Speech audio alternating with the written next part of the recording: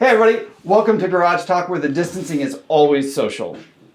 I am your host, David, and this is a show where we take a look at independent films and the process that the filmmakers go through to make their film. Today, we are going to be talking about the next film in the In Eugene line called Maiden. It is written and directed by Nick Pemble. Hello, David. That was, again, not that we are re-recording any of this, but equally as sexy in the demasking. Thank you very much. I appreciate the effort. I appreciate that. Also with us, making her return trip to the garage, is one of the two stars of the film, Chelsea Reel. Hi. Hi. I'm Chelsea. It's good to be back. Lovely to be here with you, David, and people, wonderful people. I play Fran.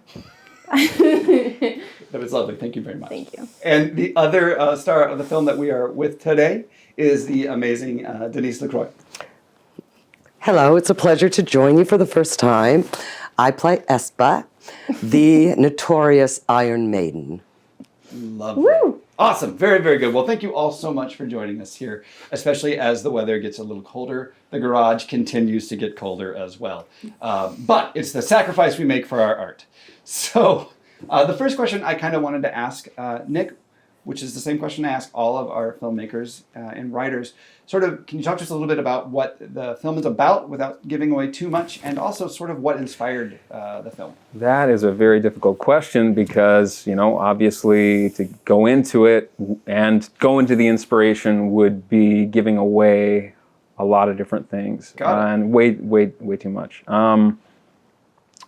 Let's just say this. The decision to make this particular themed short that I had called corporate drama. Mm-hmm. That was the title. So I had a place, like a tentative kind of place, a company, and then I knew that it was going to be a drama. I didn't know who the characters were going to be.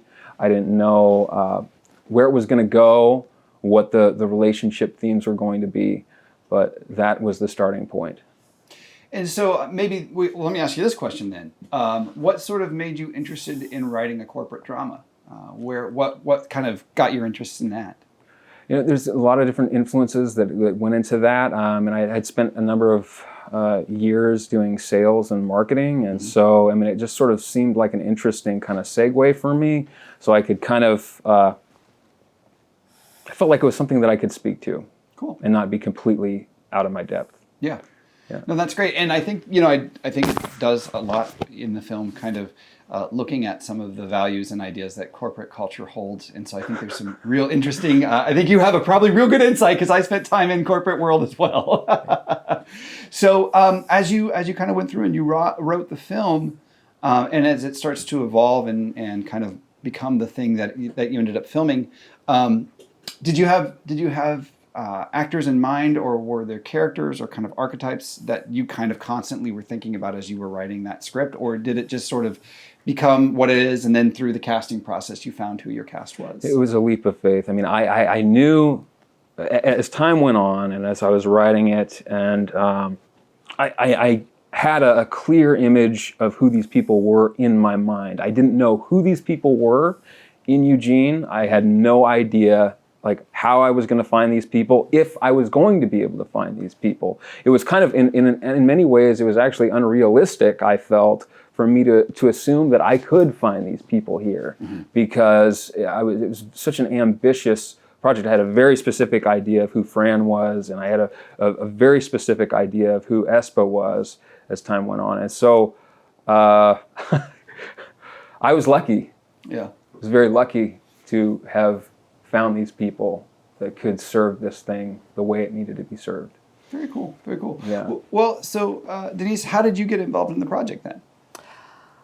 I believe that I saw a casting call, and I called Nick and said I was interested. I have done mostly stage work through my many years on the planet, and he listened to my voice over the phone and said, I'd like to meet you. And I said, well, I invited him to my house for coffee, and I gave him my address, and he goes, you're not going to believe this. I live right next door to you. Yeah, it was. It was a weird one. Well, that was easy. It was the weirdest thing, you know. It was the weirdest thing. It's like fate stepped in. Well, Right? yeah, because, you know, so when I went to go audition you, you know, I had you read, and you were just too perfect, right?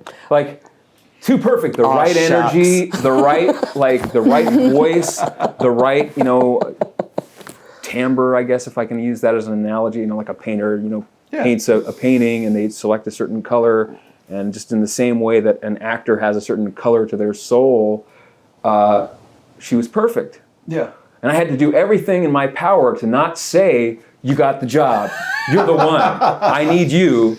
That thought had come to me like 7-8 times during the end of that thing, and I was like, no. And the reason why was because I was like, I have to cross my T's and dot my I's. I have to do my due diligence and keep reaching out and finding people. Yeah. You know, so because I already had so many different people that wanted to come in and read, and so I did it. And then eventually I went back to her and I offered the role to her. So. And Denise, so you have a background as a stage actor? Yes. And you've done some film prior to this, or was this your first time on film? I have done some, and I took film production classes, actually, but that was back in the Jurassic age. I'm right there with you. Well, that's great. Now, did you feel like, so as you were kind of looking through the character and thinking about who she was and her story in her life, did that, was that something you could identify with and relate to pretty quickly, or did you have to kind of think a lot about that, or what was that process? Well, I've never been in corporate world, but my sister, my little sister, is the owner and CEO of a company that makes parts for SpaceX and NASA, and she's a wheeler dealer, but we're a lot alike, irreverent sense of humor. So kind of a mixture between my sister Peggy and Margaret Thatcher was what I went for. Very good. Very good. Having seen it, I definitely, I don't know your sister, but what I know of Miss Thatcher, you did a good job. Thank you. Thank you. So, Chelsea, kind of the same question. How did you get involved in this project? Yeah, I'm in an improv group with Nick, and when he was first writing it, he was like, "Hey, what do you think about this? I'm working on this piece," and then it was like 4 days before, and he was like, "Dude, I can't find anyone. Please, would you like just audition?" And so we went to Govinda's and had lunch. And I read the script, and he said that he was like, yes, let's do it. So I had 4 days, and we made it happen. And it was great. Yeah, it was cool. Yeah, I sent her a help me Obi-Wan Kenobi, you're my only hope. You're my only hope. Because nobody wanted to do this thing. Nobody wanted to read for Fran. Yeah. Almost no one, you know. It was like, there was a couple different people. There was an actress in Portland who I was, you know, talking to over video chat, and I thought, you know, she was pretty good, but like she didn't really have any place to stay. So I was thinking, well, okay, you can stay at my place, and I'm gonna go stay, you know, over at my friend's house or something like that, and you can have like this whole, because I was living in a cottage space, like a really small studio kind of space at the time, and I mean, I was at a loss, and I felt like, you know, I'm not going to be able to cast this part. But then when I read Chelsea, she brought a different, she brought like a different energy that I had originally imagined. It was like a softer presence than this sort of like, I don't know, like almost military kind of like discipline and strength. You know, this kind of something, some idea, but it worked. Yeah. And she did a wonderful job. So I applaud the fact that you were not jumping off of a bridge with 4 days away from starting filming and not having your principal actor. That's like, I was getting an upset stomach just hearing you say that you were 4 days away. Yeah. Yeah. Oh. Yeah. Well, so Chelsea, do you feel? I mean, I think actors, a lot of times, at least in working with actors, they have different approaches to things. But as you were kind of reading Fran, did you feel like there was you were like, I'm gonna play this maybe differently than it's as it seems to be written, or was that your take on that character? What did that look like? Well, I'm definitely not a business person. So Nick was great about being flexible, about her being a Eugene business person. So I had blue nail polish, and my hair looked a bit cray at some points. So You were showing your tattoos. Yeah, I had tattoos, so it was a different take to sort of be more flexible with who I am as a person. But it's kind of flying by the seat of my pants, to be completely honest with it. So I was just, Nick had rehearsals. We got together and read lines as fast as we could, and just to get it in our minds. And so it was a blur. A beautiful blur. Well, I'll tell you, having spent a fair amount of time in corporate America, a majority of people who are in that position are always flying by the seat of their pants. Yeah. So you did great. Yeah. Aren't we all? Right? C'est la vie. Yeah. So Nick, you're in the film. You are a character in the film. Yeah, I am in the film. So talk about that process. Like, was that you wrote it and you're like, this is a role I want to do, or was it just you didn't see someone that hit the right notes that you wanted, or how did that go? So I mean, it wasn't a sure thing that I was going to be in it. Mm-hmm. I wanted my older brother, but he had older brother Cloud, but he had so much on his plate at the time. It just wasn't the right time for him. Got it. For him to prepare for it and to go into it. And then there was a number of other people that I was thinking of, and I just thought, you know what, I think I can do this, and I think it's going to work. Mm-hmm. Yeah. But I definitely, when I watched that performance, I mean, we were talking about earlier before the interview started, being objective, trying to be objective about yourself. Mm-hmm. And the question, the imaginary kind of exercise the road I go down is I ask myself, well, what if I've never seen this person before? Yeah. In my entire life, and I see myself, I just hold on to that thought as I'm watching myself. And then what do I think, or what do I feel? And so, I mean, I feel like whoever the actor Bill is, he served the story, and he was, it worked. Yeah. Yeah, and I think I always think it's an interesting kind of role to play when you're both kind of the creative head of the piece and you're then a piece of that. Yeah. It's not an easy job to do, to sort of be able to split your, but no, I think you did wonderful on it. Thank you. Very much enjoyed it. This is kind of maybe a question for anyone. Nick, if you want to start, and then if either of you two lovely ladies would care to join. As I watched the film, I think there's a lot in the film sort of about kind of gender and the role that gender plays in our society, and sort of the perceived roles that gender play. As you worked on that film, was that something you were conscious of and thinking of as you were moving through the process, or was it, I'm telling the story of this individual and sort of it kind of fits in this direction and moves in this direction, or what was that process like? I guess it became more clear as time went on, and the conversations that I was having with all the different people that I was auditioning. Mm-hmm. Without trying to give too much away, these people were saying, like this story speaks to me. This is something this was a message back. Oh man, I'm giving too much away. Giving way too much away. Don't give too much away. Because it's it was a conversation. It was a meaningful discussion that for many different actresses that were coming and reading for me. Yeah.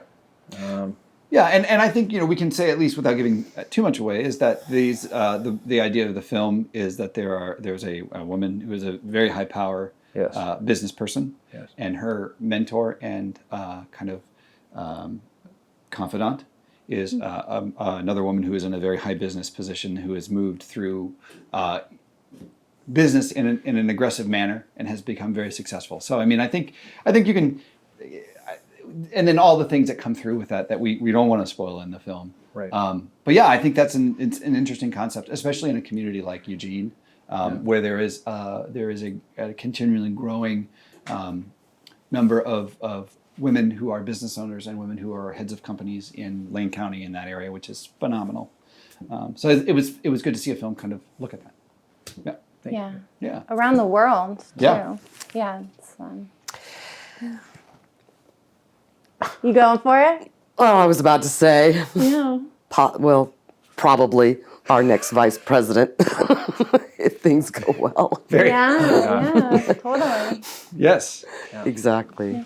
I think that for my character, it wasn't necessarily super gender focused, at least for me interpreting the role. But it was a struggle of wanting to live the life that I found true, as opposed to the life that, like she wants realness. She wants it to be real, which is, hey, what up, last name over here? My name's Chelsea Real, but that's just, I just wanted to make a joke about that. Anyways, she does want it to be real, but she's in this corporate world, and so I think the dichotomy of that, you know, being in a very closed in space, but she wants to break free. Yeah. At least my particular character, and so she's looking to Espa, the wonderful Espa, to help her take some of that load. So, which is we all as humans struggle with that. Yeah, I think that is, I mean, as you're talking about it, I agree that there's this sort of, the way corporate America is structured is not structured in a way for an individual to sort of live a life outside of their business, and is that okay and is that right? And I think that I like that the film asks those questions, and I don't know that it tells us what we should believe the answer to be. And I also appreciate that quite a bit. So, yeah. The one thing about my character is I think that in her time, things were much different for women. Yeah. And for her to have made the choices that she made, it was more of a man's world, and she reacts more like a man, having been in that world. Yeah. And having to understand the different changes in corporate America and the fulcrum of the piece. And so I think that that's kind of cool too, the generational difference between the two women. Yeah. Oh, and I think that's great. And I think, as you're watching it too, especially upon multiple viewings, which you should totally do, everybody out there, is as you kind of watch it and you know where the story's going, I think there's a point as you look at it and you go, well, it's interesting because if Fran goes one direction, she's going to end up very similar to Espa's character and where she goes and kind of what happens, or she may go in this other different path. And so I think that's I like that there's some story left out there. I think that's great. And was there a draft in there where you kind of gave a more definitive answer, Nick, or you kind of always left it as to this sort of there's more to be? There's more to be discovered. Yeah. A sequel? Yeah. I mean, it was certainly not meant to be a stand on its own piece. It can be, but it wasn't meant to be. No, I think it does a good job of sort of creating this sort of, it tells the story it needs to tell. It wraps it up very nicely, but I think it also says, you as an audience have to make some choices and decisions and think about the role that we live in our society and the role that society wants us to live in. So I think that's great. I really appreciated that. We have a clip from the film. It's pretty exciting. I know we're doing clips now. It's the biggest thing. Wow. See, Chelsea was here when we were less sophisticated of a television show. We only had one light in the garage as opposed to all these. We got a clip here. Nick, do you want to kind of give us a little bit of a description of what's going on in this opening part of the scene? Yeah, Chelsea's walking into her company, and she is sees me, and it's kind of setting the stage, kind of setting up the imaginary circumstances for the viewer. Excellent. Well, take a watch, and we will be back in just a moment. Okay, this is an important account, Bill. A lot of history. So if he doesn't move on it, I'll want it transferred to me. Yes, Fran. Okay. Apologies for my being curt. I've got a lot on my plate. As you know, revenue has been exceptionally low over the last quarter, and that is not a meal I can stomach, especially with what we have to offer. I felt the squeeze to my commissions, and I know all hands on deck have felt the tension. Okay. I'll make deals or die. That is what you told me 3 years ago, and you've not let me down. But if you die now, we all go with you. I won't go out. I know you won't. You're Pit Bill, right? Come on, once you get a hold, you never let go. I don't! Yeah! That a boy! Go! The hibiscus mint tea from Allen Brothers that you like. Thank you, Tina. Fran, I changed your flight Saturday from 7 p.m. to 4 p.m. like you asked. That's more than enough time to get to your hotel room and change before the show at the Orpheum. And after the tech convention, we have a flight back to Eugene for you Sunday. Wonderful. Robert is printing your tickets, and Espa is waiting for you in your office. She's on time. I've never known your mentor to be late. Well, on to glory. Thank you so much for rejoining us.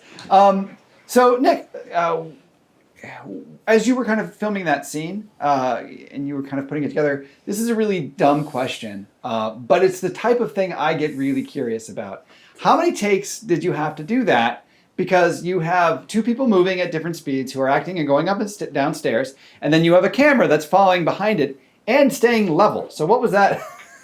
Far too many takes. Far too many takes. Yeah, I mean, there was so many different problems that would happen. You know, whether if it wasn't our timing, it was, you know, the gimbal would stop working, or, you know, somebody was just a little bit too far behind us and it just didn't quite work, or we didn't quite get to our marks at the right time with our lines. I mean, it's a very challenging thing to shoot.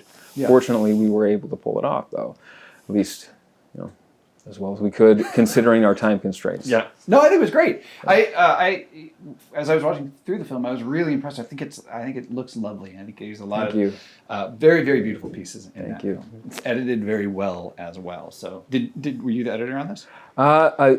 So Carolyn Gates did an initial rough cut. Okay. And then I was the editor from there on out. So Excellent. I was learning Premiere kind of as I went. So it took a lot longer than maybe it would have had I got all the puzzle pieces right now. Yeah. You know. So don't talk to me about Premiere right now. I'm having. I'm angry. Don't worry about it. So it's not you. It's totally them. It is them. Like you were talking about corrupted files.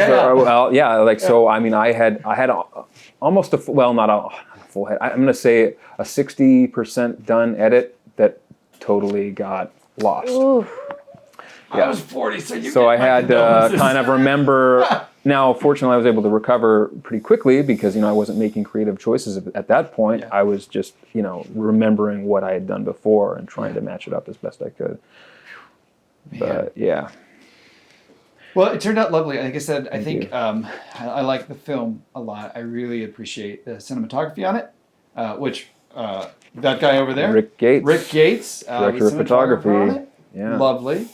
And I love the edit of the film. I think it flows really well. There's a nice kind of rhythm to it, and I appreciate the performances.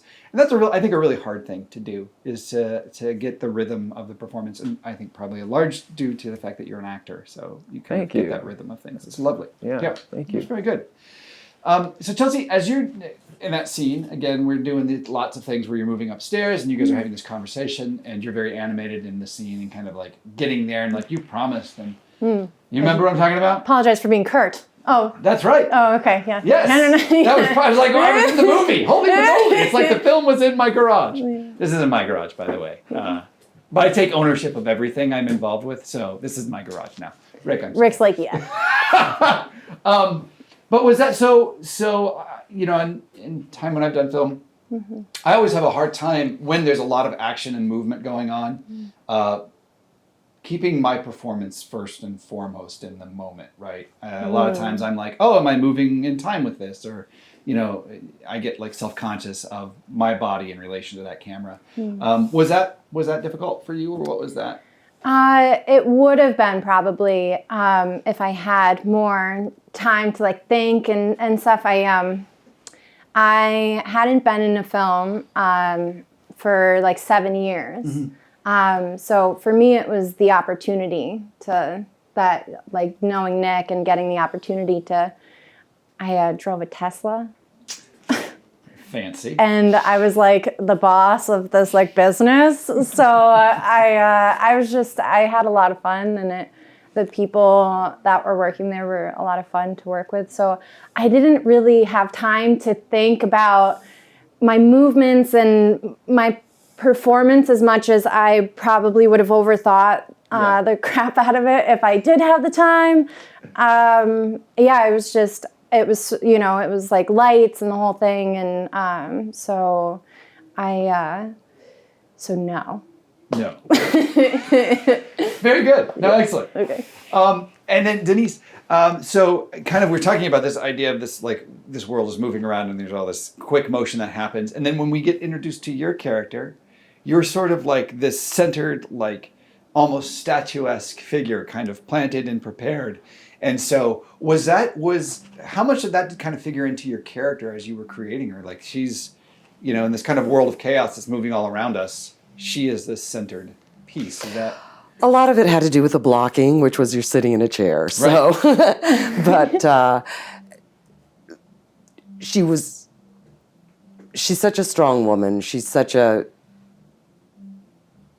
just wants to know what is going on, why she's been summoned. She feels like something's being held back from her. She's so direct.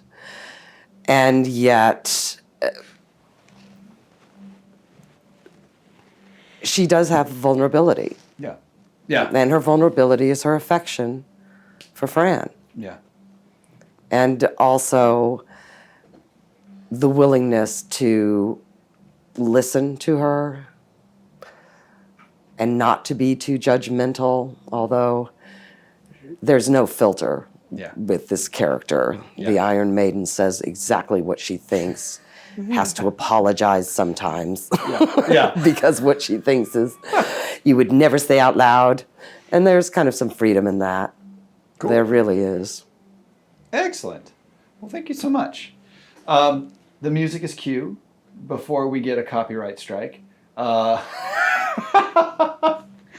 This is a garage talk. Our neighbors like to play music. But before we end this, on all of the Scene in Eugene pieces we talk about, one of the questions I like to ask is, what was your most sort of Eugene experience in this process? Nick, do you wanna start?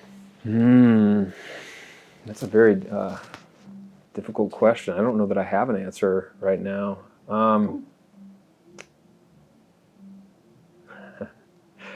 Maybe the experience where I happen to find my Espa right next door to me. I think that's very Eugene. That's perfect. Yeah. That's perfect.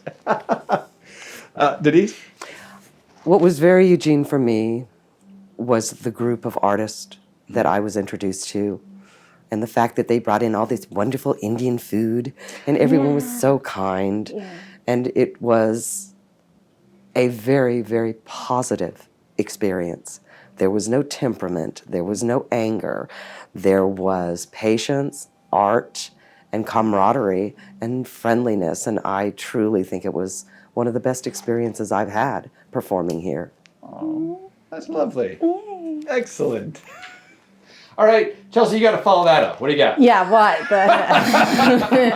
I would say Eugene, people call it like a vortex.